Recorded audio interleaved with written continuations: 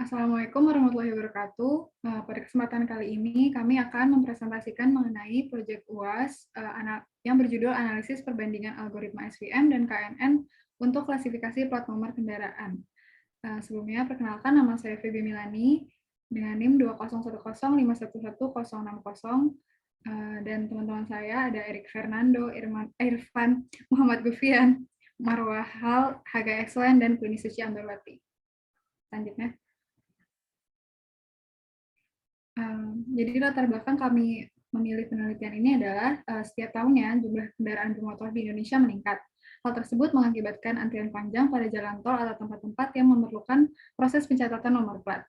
Sistem pengenalan plat nomor kendaraan bermotor juga merupakan sistem yang sangat penting jika terjadi kecelakaan. Selain itu, sistem ini dapat menjadi bantuan untuk menemukan kendaraan yang hilang. Oleh karena itu, kami melakukan penelitian mengenai analisis perbandingan SVM dan KNN dalam sistem identifikasi atau pengenalan plat nomor kendaraan bermotor. Lanjut. Dari Badan Pusat Statistik, terdapat data pada periode 2015 sampai 2019, terdapat peningkatan jumlah kendaraan bermotor yang cukup signifikan, yaitu setiap tahunnya jumlah kendaraan bermotor meningkat 6,13%. Selanjutnya, jumlah kendaraan pada tahun 2020 sejumlah 136.137.451. Untuk penelitian kali ini, kami mengambil dataset dari dua sumber. Yang pertama adalah citra plat nomor kendaraan bermotor yang berjudul Car License Plate Detection dari kaggle.com. Dataset ini terdiri atas 433 gambar mobil, yang terdapat juga anotasi kotak pembatas untuk nantinya disegmentasi. Disediakan dalam format VOC Pascal XML. Namun, data tersebut ternyata masih belum cukup untuk performa akurasi yang diinginkan, sehingga diperlukan data tambahan yang diambil dari situs yang sama, yakni kaggle.com dengan judul dataset License Plate Digits Classification Dataset.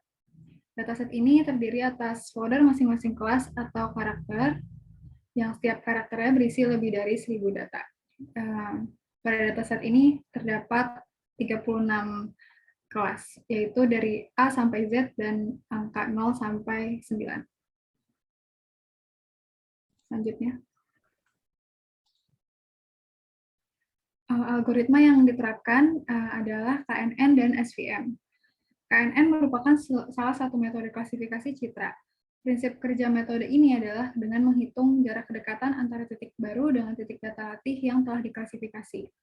Tahap pertama dalam metode ini adalah dengan menentukan K tetangga untuk kemudian dilihat kelasnya. Kelas terbanyak dari K tetangga terdekat akan menentukan kelas dari titik baru. Hasil akan menjadi tidak stabil jika nilai K terlalu kecil, sedangkan hasil akan menjadi bias jika nilai K terlalu besar. Lalu untuk support vector machine atau SVM merupakan prosedur pembelajaran terawasi yang digunakan untuk klasifikasi. SVM dirancang untuk menyelesaikan masalah linear dan non-linear. Konsep klasifikasi SVM adalah mencari hyperplane terbaik yang fungsinya memisahkan dua kelas data. Cara kerja model ini adalah dengan cara memisahkan dari label atau kelasnya dengan memaksimalkan margin. Selanjutnya akan dijelaskan oleh Erik Fernando. Selanjutnya, dalam penelitian kita akan melakukan praproses dan ekstraksi ciri.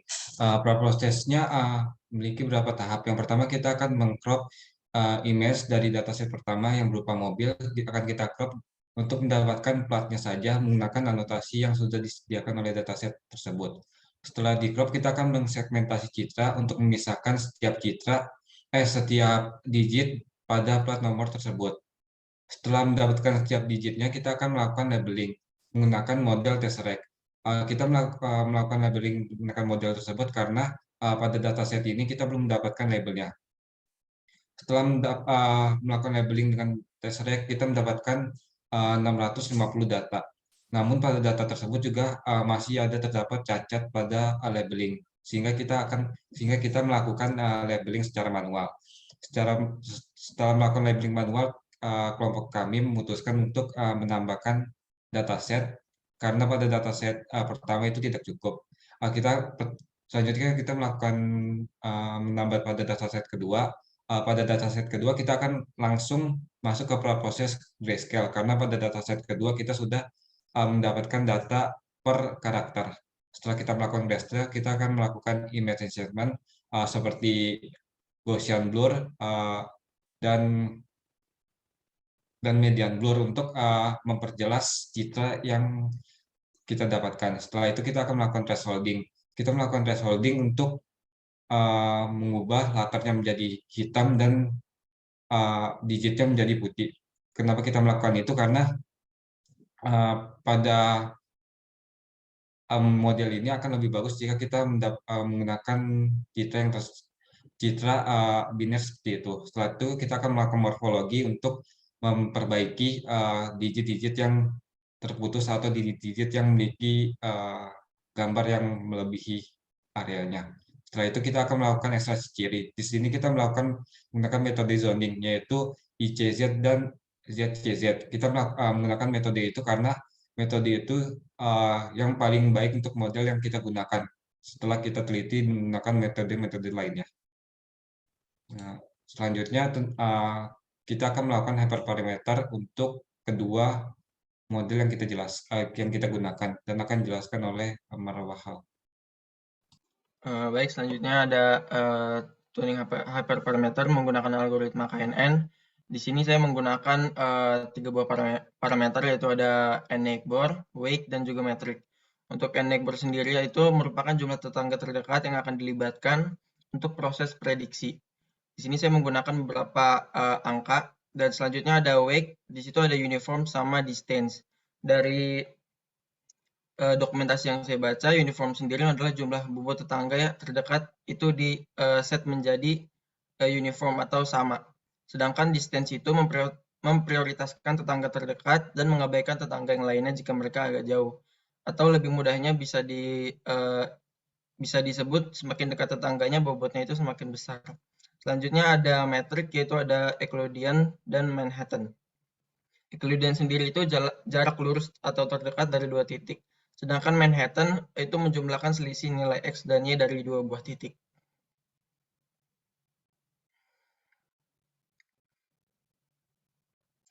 Selanjutnya di sini saya memanggil randomized search dan memanggil connector classifier dengan memasukkan param distribution grid param yang sudah kita inisialisasi sebelumnya dengan memasukkan CV sebanyak 3, verbose 2, njobs 4, dan melakukan iterasi sebanyak 30. Lalu di data tersebut model tersebut kita training. Selanjutnya kita cari base paramnya yang sudah kita tentukan. Di sini selanjutnya kita masukkan hyperparameter yang terbaik yang sudah kita dapatkan, yaitu n-neighbor sendiri 13, weight yang menggunakan distance, algoritmenya menggunakan brute, metriknya menggunakan Manhattan.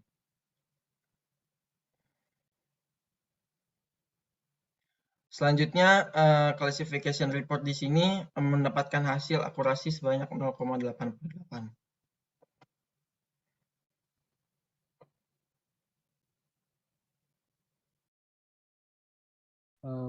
Oke, selanjutnya hyperparameter tuning buat model SVM-nya. Jadi yang pertama itu kita dari parameternya dulu. Jadi kalau di SVM itu ada 2 parameter yang bisa kita tuning. Ada gamma sama C besar ini. Nah, di gamma ini kita pakai namanya function reciprocal. Jadi dia itu ngebalikin continuous distribusi retrivokal namanya. Dan ada uniform, yaitu continuous juga, continuous value juga, tapi dia itu turunan dari CPy-nya. Jadi udah ada dari sananya, dari library-nya. Jadi kita set itu jadi 1 sampai 100, tapi karena ini continuous, nilainya continuous selalu, jadi nanti somehow dia itu nilainya akan lebih dari 100. Lalu ini kita set variabelnya. Di sini saya pakai randomized search, masukin modelnya, terus parameter yang udah kita define, n-iter. Jadi ini setiap iterasinya ini ada 100 iterasi dan CV-nya 3. Jadi dikali 3 kali 100, jadi ada 300 model yang kita latih di sini. Nah, Di sini kita jalanin sebanyak 3 kali.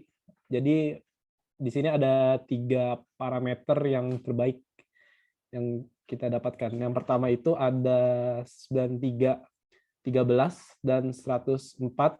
Itu akurasinya 0,51. Lalu kita ganti nih. Jadi setelah kita jalanin ini, kita eksperimen lagi, gamanya itu kita ganti ke default. Jadi pakai scale. Jadi nggak pakai si randomize ini. Dan dapatnya itu 0,88.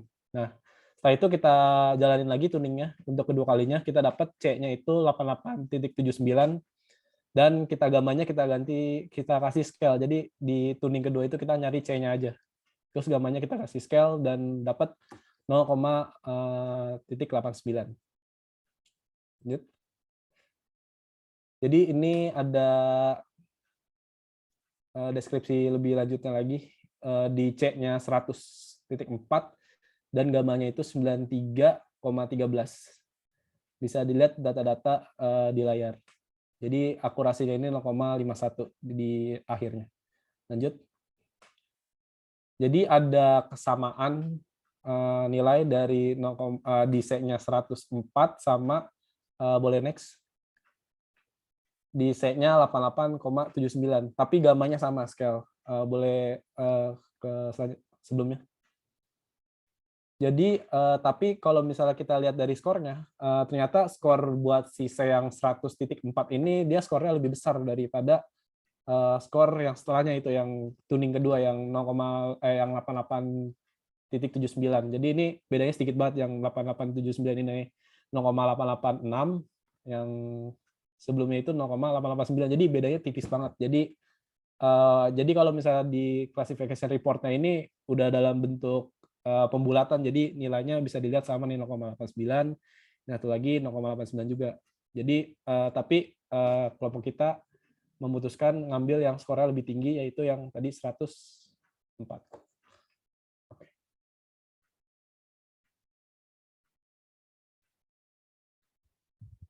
Selanjutnya, kami membandingkan performa dari kedua model yang kami gunakan.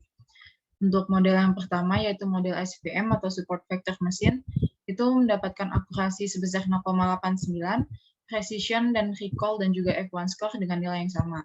Dan untuk waktu eksekusi sebanyak 90 menit. Sedangkan untuk model kedua, yaitu model KNN atau Nearest Neighbors, itu memiliki akurasi sebesar 0,88, precision sebesar 0,88, dan recall dan F1 score-nya itu sebesar 0,87. Sedangkan waktu eksekusi untuk model ini hanya selama 1 menit. Boleh di next. Nah, selanjutnya ini adalah plotting model untuk model KNN. Ini kalau diperbesar, untuk plotting trendnya ini,